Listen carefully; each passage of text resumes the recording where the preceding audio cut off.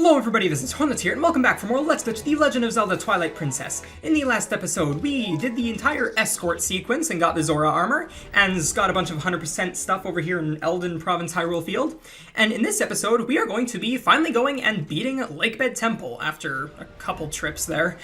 So yeah, now right off the bat, I actually want to go and re-steal the bomb bag for a third time or for a second time, I guess, because I want to show something off in Lakebed Temple, and it's really cool. It's one of my favorite things to do, honestly, as annoying as it may be. But yeah, it's really fun to do.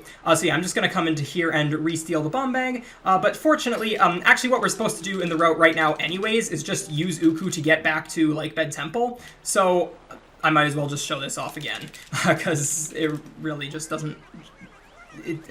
It's basically just showing the route anyways.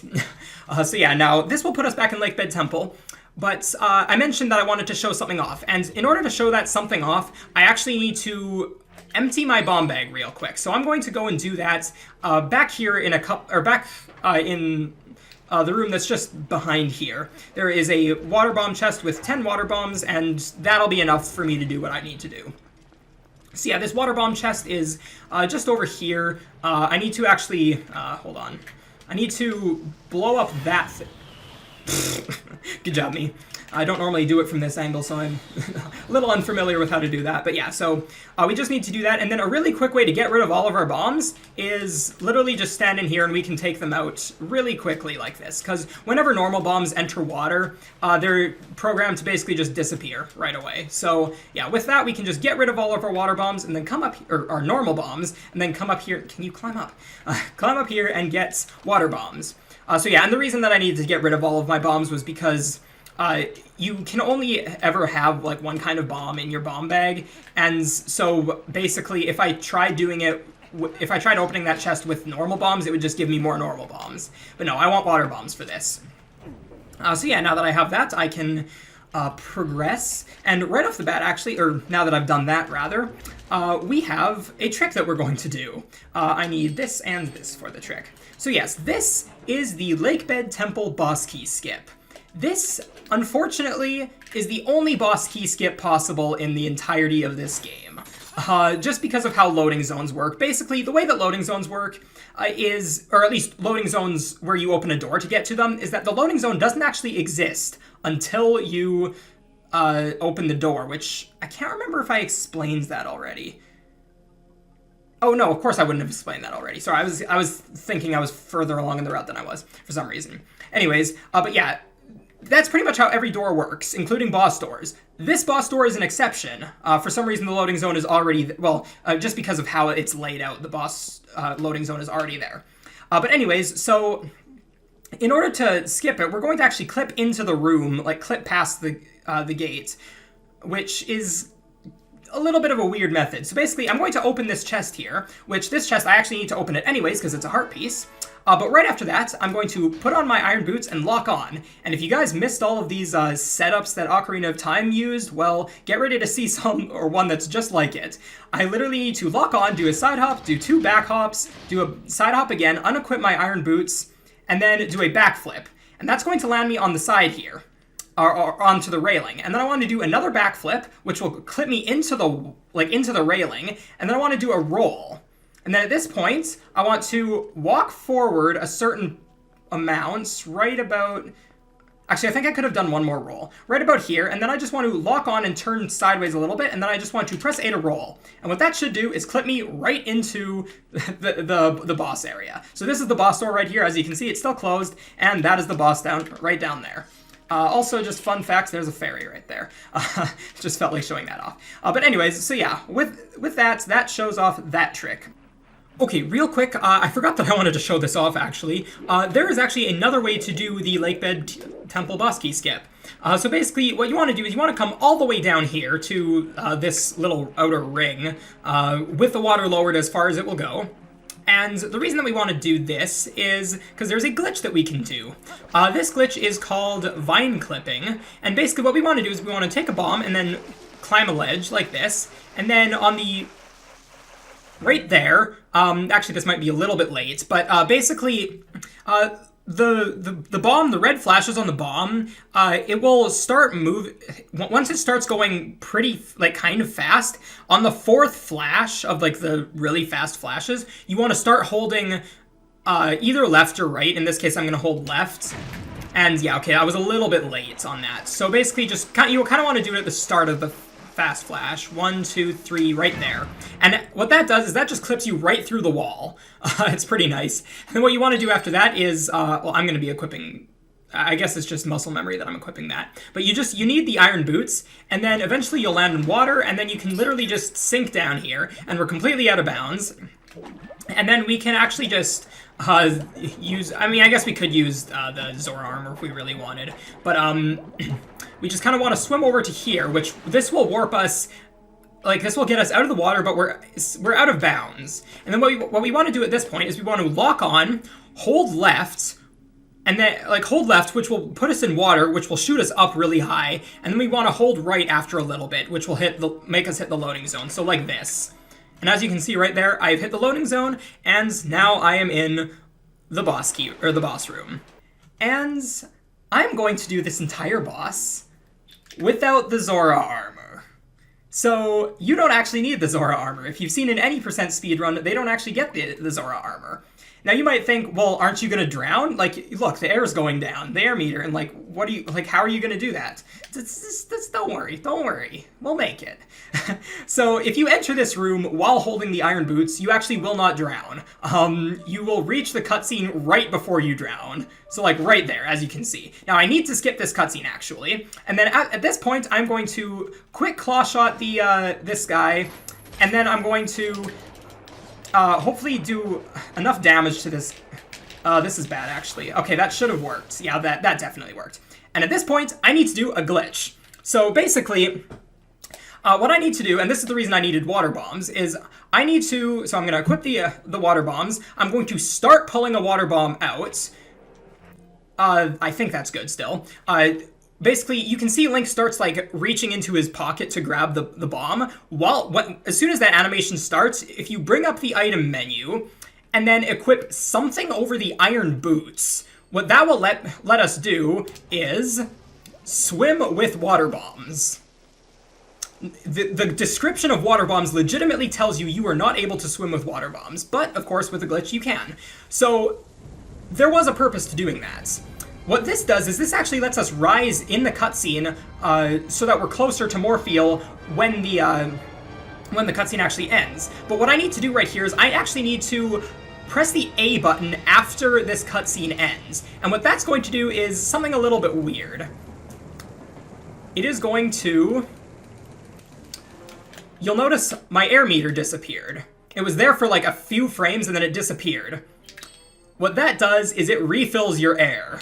For some reason, I think because you're not supposed to be able to swim with water bombs, and so the game basically thinks that because you dropped it for some reason, it thought that you were like on land for a frame or something. It literally gets rid of the air meter and resets it. And so because of that, we are able to beat Morpheal without using the Zora armor. We do have to refill our air a couple times though, or like once if you're amazing at this. But anyways, so now the other thing about this is that if I just let the cutscene play out right now, Morpheal would like throw me off and I wouldn't be able to reach the ground in time. But fortunately, you'll notice that I have iron boots right now and I actually have them equipped. If I equip something over the iron boots, which I guess I should equip the bomb over, what happens is I immediately detach from Morpheal. And then what I can do at that point is equip the iron boots again, and that will let me get to the bottom without running out of air. And then I can just do the same thing over and over again. I can start swimming with water bombs, and then press A at a certain point to refill my air, and then start swimming towards Morpheal and start damaging her again. So yeah, this is how you were supposed to do Morpheal without water bombs. It is absolutely like one of my favorite things to do. It's hard, but it's so fun to do. And also, on the second hit, right here, you'll notice how Morpheal is like facing down a little bit. If I equip something over the iron boots, because I've already hit her, I've done 2 sequences of hits. The third one is the last sequence. I just need to equip something over the lent bomb or over the iron boots, like the lent bomb bag, and then I just need to cancel and Claw Shot on, and then do the finishing blow. And with that, I have beaten Morpheal without using the Zora armor. I love doing this. This is actually my favorite thing to do in the game. It's so satisfying to pull off. The first time I got it, it was absolutely just so relieving. It was so fun. And I mean, I've had trouble doing this in the past. There are a lot of instances where just sometimes Morpheal will just completely troll you and go like... It is possible for Morpheal to go so high up in the arena that you absolutely physically cannot get to the ground before you run out of air. It's pretty rare, but it has happened before. Sometimes Morpheal just will troll you with the directions she turns and everything, and it is so annoying, but actually managing to pull it off is so much fun, and I love it. It's so cool. And especially, like, when I saw that you could do this, similar to last episode, the King Bublin 2 skip, I practically, like, fell out of my chair. It was so amazing to me to see for the first time. Which, I think the first time I saw it was, like, a really old speedrun from back in like 2009 or something. It's been around for a long time, and it's super cool. It's just I can't say enough good about this, about being able to beat Morpheal without the Zora armor. It's so much fun doing. But anyways, so now that that's done, we're just going to need to get this heart piece and leave the dungeon. So that is the second dungeon that we have finished, and fortunately, the game thinks that we have all of the fused shadows at this point, even though we haven't even gone like anywhere near the Goron Mines, basically. So yeah, that's pretty nice, but really that doesn't matter necessarily. But anyways, so this is going to put us in the Midna's Desperate Hour sequence after we get rid of that text box there. Well, actually, we also have to skip this cutscene. But yeah, so the Midna's Desperate Hour sequence is, I don't know, it's like a really famous sequence or something. And honestly, I really enjoy the plot significance of this, but the sequence itself isn't actually very interesting. It's a lot of just running through Hyrule Field, or like running through certain areas. There's not really a lot going on. Fortunately, in 100%, there's actually, we do break it up a little bit into a couple things, but yeah, in any percent at least, it's just kind of, it's not a very interesting section. But yeah, no, the plot significance is really good, because like, Midna basically almost dies because Zant, I don't know, exposes her to the light or something, and she's not compatible with the light or something because of reasons. I don't really know. When I first played this game, I didn't really understand the plot. Actually, I don't even remember the plot very much now that I think about it, because it's been a while since I've played this casually and like actually focused on the plot, but you know, I should do that again sometime. But anyways, so now we don't have to worry about the mailman trigger that would normally be there, because of course we're not supposed to be able to transform into human right now, and so as a result, it doesn't really matter, or like the mailman shouldn't be able to talk to us anyways. But now, right there, I transformed right there. I guess I should have done it outside, but it doesn't really matter. So now right here, I have to donate, technically the route says I have to donate 150 rupees, but of course, because I missed one of the donations earlier, I want to donate an extra 50 right now. So, okay, don't do 30. I accidentally donated 30 in a failed recording, and that's pretty much one of the worst things you can do. I mean, it doesn't really necessarily matter if you only do 30s, like it just wastes a little bit of time, but if you like mix them together, it gets annoying to figure out and whatnot. But anyways, after that's done, we need to enter Agatha's castle. This is going to be the first time we come into here. I think we have to come in 2 or 3 more times. I forget how many exactly it is, but yeah, so basically Agatha is the reason that we are collecting the golden bugs. We have to give them to her, and she'll give us a lot of money. So right off the bat, actually, the first thing that she gives us is a bigger wallet, finally.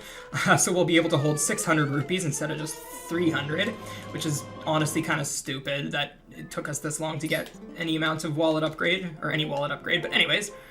And then after that, she just gives us... Oops, yes, give this bug. She gives us 50 rupees for every bug, and then 100 rupees for, like, if we give a pair sort of thing. And this is basically how we're going to be getting a lot of our money at this point throughout the rest of the run, is just because Agatha gives us so much money. But anyways, this is just a lot of the same giving bugs and whatever, so I'm just going to cut this out. Alright, and with that, that is all 8 golden bugs that we have right now donated to donated to Agatha. And so we should have about 450 rupees at this point, which I do, which is nice.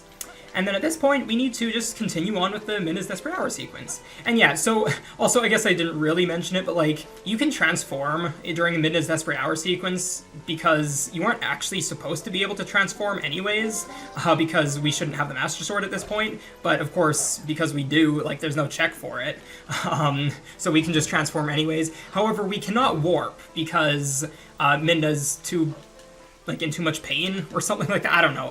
Again, she's like half dead, so she can't warp us right now.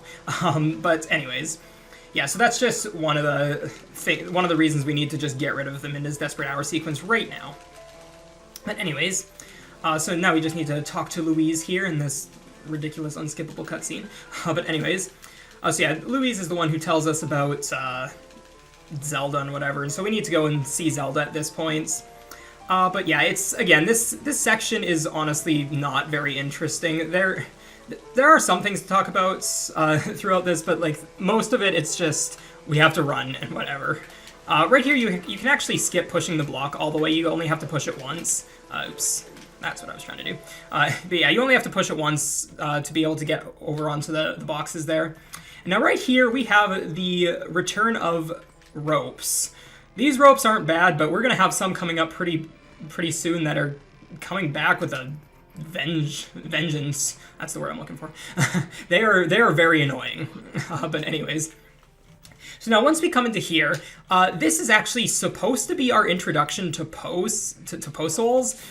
But of course we already have 4 of them, so this isn't really much of an introduction, but yeah, doesn't really matter. So this is basically just the point where you're supposed to realize, oh, I'm supposed to be able to get pose now. But actually, it's kind of fun. Casually, you can get I don't even remember, like 8 or 9 or something pose before you actually get here. With glitches, it's actually possible to get something like I don't even remember. It's like 20 something. Which actually, fun fact, just about that little area. If you go and talk to Giovanni there, with more than 20 pose souls, the game soft locks. Or not soft locks, it breaks the game basically. Because once you get 20 pose souls, that's basically when Giovanni is supposed to like give you your first reward sort of thing, and he's supposed to like transform back into human rather than just being a gold statue. But if you have 20 pose when you go and meet him the first time, it doesn't know what to do really, and so it kind of just breaks the game, and basically he'll never open that treasure chest, and you can never get into this area. That's just a fun little fact, I guess. Oops, don't do that. Anyways, but yeah, and also as you saw earlier, you can literally just transform and use the lantern on the. Why was the camera angle that way? Apparently, the camera angle saves its position through. I actually had no idea. That is cool. Okay. But anyways, yeah, so you can just use the, oops, oh, actually, apparently that worked. But yeah, you can use the lantern there and it works just fine. Anyways, so I actually need to kill this guy right now, because if I don't kill him, he's going to snipe me. Like, he's an archer, and he's going to snipe me if I'm trying to climb up some of these ropes later. So I unfortunately absolutely have to kill him. Like, I think this rope right here, he just sniped me right off of it, and I'd have to climb back up. And yeah, there's no real way to avoid that other than killing him. But yeah, so these ropes right here are really bad. Like, their hitboxes are just dumb. Like, worse than they were the first time we came through this area. And there are more ropes too, so it's even worse. But yeah, fortunately this time there's some cool stuff we can do. We can do a quick little jump attack there to get over here just a little bit earlier. We can do a couple dash jumps here to skip going on the first 2 ropes there. And then we can actually do another jump attack to get across a little bit faster there. The problem with that last jump attack though is that sometimes you can accidentally like bonk on the stairs and you'll like fall down another level, and it wastes a bunch of time and it's annoying, but whatever. Now anyways, right here there's actually rip. So I was about to say that there's actually a fast wind cycle you can catch on this little area. Basically, the whole gimmick of this little area this time through is that there's like some strong wind that's blowing, and you don't want, you have to like go across this bridge while the wind is blowing hard, and it's possible to make that cycle right there if you don't get hit by the Bubbling Archer, but unfortunately I got hit, so I have to do the slower cycle. But yeah, it's kind of difficult to do, honestly, but it's not too bad, but it ends up saving a fair bit of time, so it's always good, but it's a little risky to go for, plus because of just how, like, the bridge that you need to jump on, the hitbox is really wonky, and sometimes you'll just, like, clip right through it. It's really stupid. But anyways. Now right here, I actually want to show something. So right through this door is a loading zone, and hopefully I can get this, because I've actually never done this before, but it is actually possible to boomerang long jump past it, so let's hopefully... Yeah, right there. So it's possible to boomerang long jump attack past that trigger, and then you can kind of just explore this room as human, and it's pretty cool. And right here, actually, I'm not sure. Right here, you'll notice there's something I can target. If I target it... did that... Where did it go? It should be somewhere around... Oh, I hit the loading zone. Whatever. There's actually a yellow rupee in there. I have no idea why. But anyways... the reason I want to show this cutscene off is, yeah, so, as I mentioned earlier, these cutscenes happen quite a bit, and it's pretty great. But anyways, we can skip this cutscene because there's really no point in watching it. But anyways, with that, the Midna's Desperate Hour sequence is done, and at this point, this is a good stopping point because we've been going for probably about 23, 24 minutes or something, so yeah, I'm going to end the episode here. So thank you guys for watching. If you enjoyed this episode, click that like button. If you didn't, fine, click the dislike button. Follow me on the links in the description, and I will see you guys next time. Bye!